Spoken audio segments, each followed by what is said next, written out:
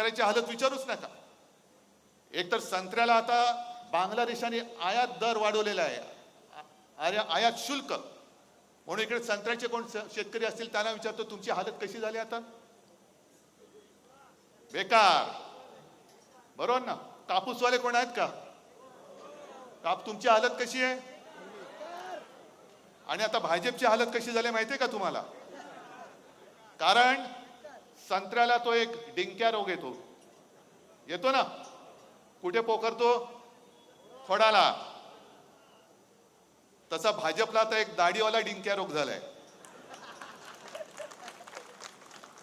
तो त्याचं खोड पोखरतोय आणि कापसावरती गुलाबी अळी पडते ना.